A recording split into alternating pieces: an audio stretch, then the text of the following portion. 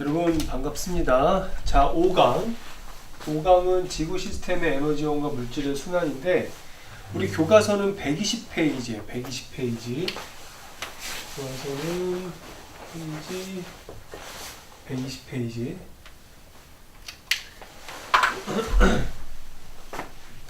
자, 우리가 이제 지구 시스템을 구성하는 각 요소들을 살펴봤죠. 수권, 지권, 기권, 생물권까지. 이제 그거를 발표를 하고 나서 이제 지구 시스템 에너지원에 대해서 좀 살펴볼 필요가 있는데, 우리 알다시피 가장 중요한 에너지원은 첫 번째로 태양 에너지죠. 태양 에너지. 근데 태양 에너지만 있는 게 아니죠. 또 뭐가 있냐면 조력 에너지, 조력. 그 다음에 지력, 조력과 이제 지구 내부 에너지. 지구 내부로 할게요. 조력과 지구 내부. 지구 내부의 이제 에너지인데, 태양 에너지는 태양으로부터 오는 에너지인 거죠. 조력 에너지는 그러니까 그 지구 주변의 달과 태양의 잡아당긴 힘 때문에 밀물과 썰물이 있죠. 그러니까 이제 그 썰려 나가고 밀려 들어오고 이것 때문에 생기는 에너지예요. 이제 해수면 높이차 때문에 생기는 에너지. 그다음에 지구 내부는 지구 내부의 고온 고압으로 되어 있기 때문에, 또 이제 외핵 같은 경우는 이제 액체로 되어 있어서 대류하잖아요. 이제 그로 인해 생기는 이제 에너지. 그런데 만약에 지구에 필요한 에너지를 100이라고 한다면 태양 에너지가 얼마냐면 99.985. 그 다음에 얘가 0.002%. 얘가 0.013%. 이 얘기는 태양 에너지가 이제 압도적이라는 거죠. 이렇게 이제 되어 있고, 태양 에너지는 이제 우리가 지구가 둥글기 때문에, 지구가 이제 둥근 상태에서 요거부터 이제 보면은 이렇게 이제 지구가 이렇게 둥글고, 여기에 이제 태양 에너지가 이렇게 여기서 이제 이렇게 간다고 이렇게 볼게요. 그러면 얘는 적도고, 얘는 극지방이잖아, 극지방. 그러면 이제 적도 지방은 얘가 수직으로 태양 에너지가 들어가는 상황인 거고, 극지방은 비스듬히 들어오기 때문에 얘 같은 경우는 수직이야, 수직. 얘 같은 경우는 이렇게 이제 비스듬히 이제 이렇게 들어가기 때문에 적도 지방에는 에너지가 이제 과잉하고 얘는 에너지가 매우 부족하겠죠. 태양 에너지는 이런 상황에서 이 과잉의 에너지가 부족한 부분으로 이동하게 되면서 에너지 평형을 이루게 되는데, 그 이동할 때 영향을 주는 요소가 바로 해수하고 그 다음에 바람이라는 거지. 해수의 순환하고 이제 바람 때문에 이 적도지방의 과잉한 에너지가 극지방으로 이동하게 되면서 지구는 연평균 기온이 약 15도씨로 유지하게 되는 거죠. 이거 엄청난 거죠. 그죠? 태양계 행성 중에 15도를 유지하는 거는 이제 지구밖에 없는 것이다 라는 부분을 좀 기억을 좀 해 주시고요. 그래서 대표적으로 이렇게 에너지의 이제 에너지의 순환의 대표적인 어떤 현상이 사실 이거죠. 태풍에 대해서 한번 이제 수업 시간에 이 태풍으로 인해 가지고 우리 인간들이 사는 생활 환경이 피해를 입을 수도 있지만, 지구 전체 시스템으로 갈 때는 이 태풍이 에너지를 끌고 이제 올라가서 부족한 곳에 에너지를 쏟아내는 뭐 그런 역할을 한다라고 하는데, 이런 부분을 좀 살펴보도록 하고요. 자, 그 다음에 이게 이제 에너지원과 관련된 부분인 거고, 두 번째는 물질의 순환인데, 첫 번째는 물의 순환이죠. 첫 번째는 물의 순환이다. 물이라고 하는 것도 태양 에너지를 받아가지고, 뭐 간단하게 이런 거죠. 간단하게 여기 육지가 있고 여기가 이제 바다, 해수라고 한다면 육지에서 육지에 있는 육지의 물, 뭐 담수라고도 할 수 있는데, 강이나 이제 호수, 이런 물들이 이제 태양 에너지 받아서 올라가서 이렇게 이동해서 바다에다 뿌리는, 이것도 이제 물의 순환인 거죠. 또 이제 육지의 높은 곳에서 낮은 곳으로 물이 이제 흘러 들어가는 것도 이제 물의 순환인 거고. 그렇죠. 근데 이것만 있냐? 바다에도 동일하게 에너지, 태양 에너지를 받게 되면은 여기서 바다에서 이렇게 올라가서 수증기 이렇게 올라가게 되면 얘가 저기압이죠. 저기압. 올라가요. 이렇게 올라가죠. 이렇게 올라가서 구름 형태로 이제 이렇게 육지로 이동하게 되고 육지에서 이제 이렇게 보내게 되는, 이렇게 내리게 되면, 그래서 바다의 물이 육지로 이동하게 되는 뭐 이런, 이쪽으로 이동하나 이제 물이 이제 순환하는 것도 태양 에너지. 사실은 이제 태양 에너지와 그다음에 기압차에 의해 가지고 이렇게 물이 순환하게 되는 것까지 좀 살펴보면 좋을 것 같고.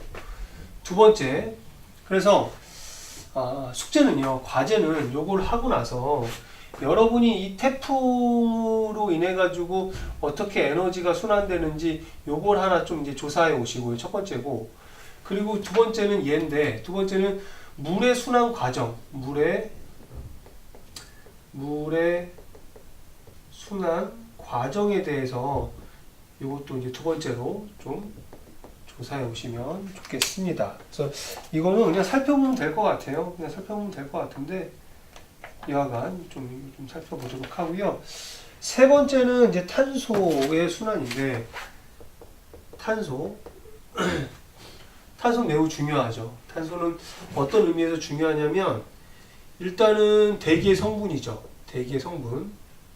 그러니까 CO2죠. CO2. 그 다음에 유기물이죠. 유기물 하면 탄소 중심의 이제 화합물인데, 유기물은 이제 포도당이 바로 유기물이죠. 포도당. 그러니까 탄소는 굉장히 중요해요. 근데 이 탄소가 순환한다라고 하는 거야. 느낌이 오죠? 대기의 CO2. 이걸 좀 정리를 좀 해보도록 하겠습니다. 대기의 CO2가, 이 CO2가 식물. 그러니까 이 식물이라고 하는 거는 에너지를 흡수해가지고 유기물을 만드니까, 이거는 이렇게 얘기해. 독립영양 생물. 이 식물, CO2가 이제 식물에 의해 가지고 광합성을 하죠. 광합성. 그러니까 여기에 또 에너지원이 태양 에너지야. 태양 에너지. 광합성을 해가지고 누굴 만들어? 유기물 만들죠. 유기물, 다른 말로 포도당을 합성하는 거죠. 이렇게 만든 포도당을 저장을 하죠. 저장, 식물. 어디다 저장합니까? 잎에 저장하고, 줄기에 저장하고, 뿌리에 저장을 해. 이렇게 저장한 것들이 먹이사슬의 형태로 이동하게 되죠. 그러면 봐봐, 대기 중에 있는 탄소가 식물에 의해 가지고 유기물을 만들었고, 이 유기물이 먹이사슬, 먹이그물의 형태로 이제 이동하면서 탄소가 순환하게 되는 거죠. 결국에는 이렇게 먹은 동물, 자 보세요, 이렇게 먹은 동물, 나중에 초식 동물로 해서 이제 동물도 먹이사슬에서 올라갈 거 아니야? 식물, 초식 동물 먹었어. 이 녀석이 나중에 이제 사체가 될 거 아니야, 이렇게. 사체가 되는데, 사체가 되는 걸 다시 분해하죠. 분해자의 곰팡이나 뭐 세균에서 분해하게 다시 얼고 다시 흙으로 이제 돌아가게 되고, 또 뭐 어떤 미생물에 의해 다시 이제 대기 중으로 내보내기도 하고, 대기 중으로 내보낼 수밖에 없죠. 동물 같은 경우는 뭐 합니까? 그러니까 이제 이게 대기의 성분인데, 이게 대기의 CO2의 성분인데, 식물을 통해 가지고 먹이사 형태의 동물까지 왔어. 그럼 이 동물은 뭐 합니까? 동물 호흡하잖아. 호흡한다라고 하는 거는, 이거는 바깥으로 CO2를 내보내는 거죠. CO2를 내보낸다라는 거. 자, 이 대목에서 조금 정리를 좀 하고 넘어갈게요. 자, 식물과 동물의 차이점은, 얘는 스스로 에너지를 만드는 거고, 얘는 남의 에너지 만든 거를 먹고 사는 녀석인 거야. 식물은 공기 중에 있는 CO2, 이산화탄소, 이산화탄소, 그 다음에 물을 갖고 뭘 만드냐면 포도당을 만들어. 유기물, 녹말. 우리가 먹는 쌀 이런 거 다 녹말 이런 거 식물에 섭취하잖아요. 이렇게 만들어. 근데 동물은 그 포도당과 공기 중에 산소를 이용해 갖고 이용해서 에너지를 만들어. 그리고 노폐물로 CO2하고 물을 내보내, H2O 이렇게 물을 내보내는 거죠. 그리고 보세요.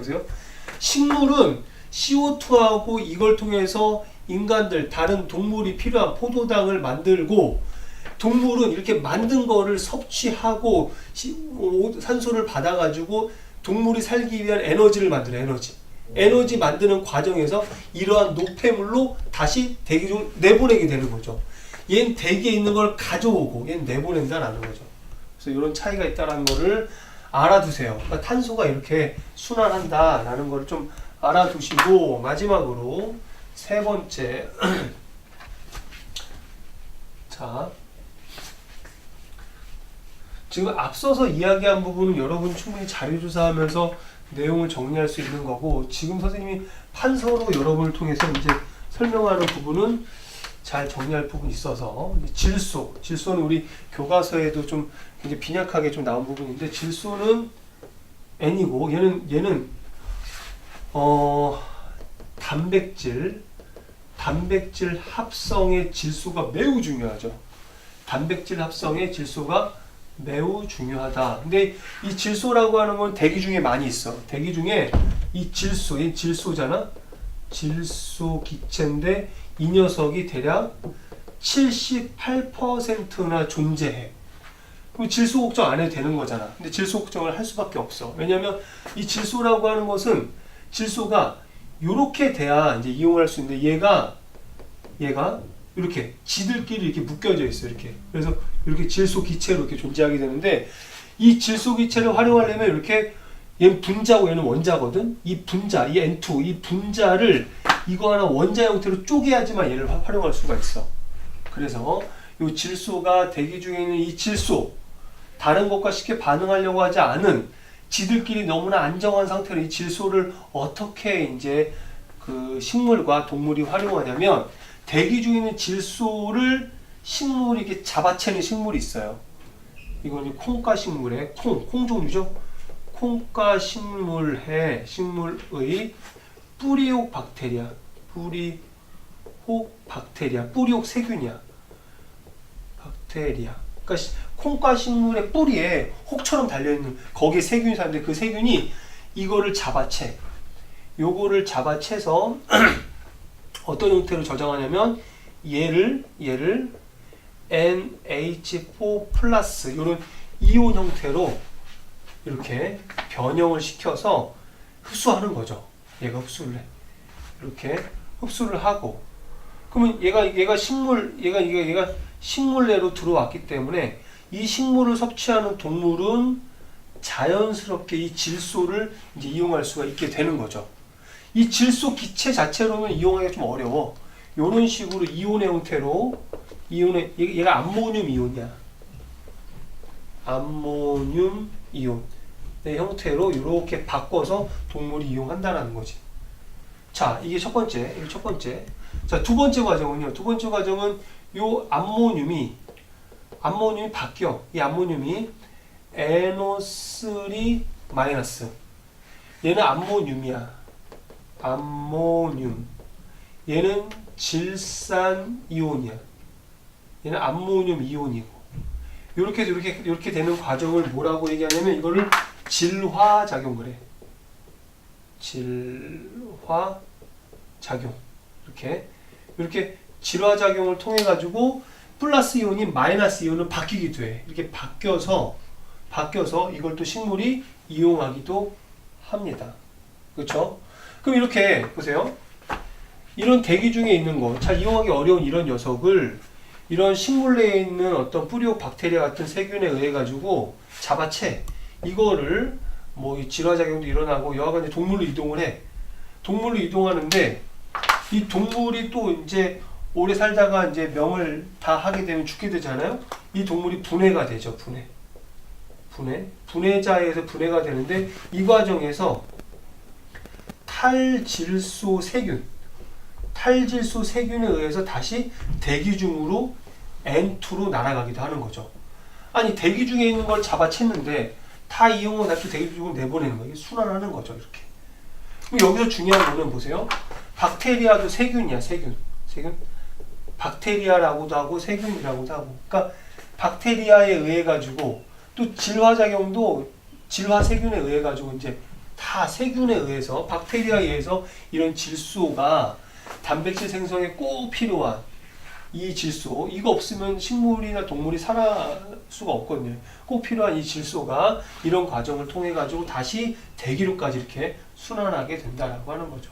그래서 지구 시스템은요, 여기서 우리가 이제 좀 살펴볼 게 뭐냐면 굉장히 견고하다. 지구 시스템을 유지하는 에너지원, 태양 에너지를 중심으로 해가지고 그 에너지가 정체되어 있지 않고 순환한다. 첫 번째 중요한 거고. 두 번째, 그 밖에 이제 지구 시스템을 유지하기 위한 다양한 물질들이 순환하게 되는데 그 물질들이 아주 정교한 어떤 메커니즘에 따라서 정교한 약속에 따라서 순환한다라고 하는 거죠. 이런 것들이 서로 복합적으로 이렇게 얽혀 있어야지만 우리가 정상적으로 지구 내에서 이제 온전한 어떤 그 목적을 이루면서 살 수가 있게 되는 거죠.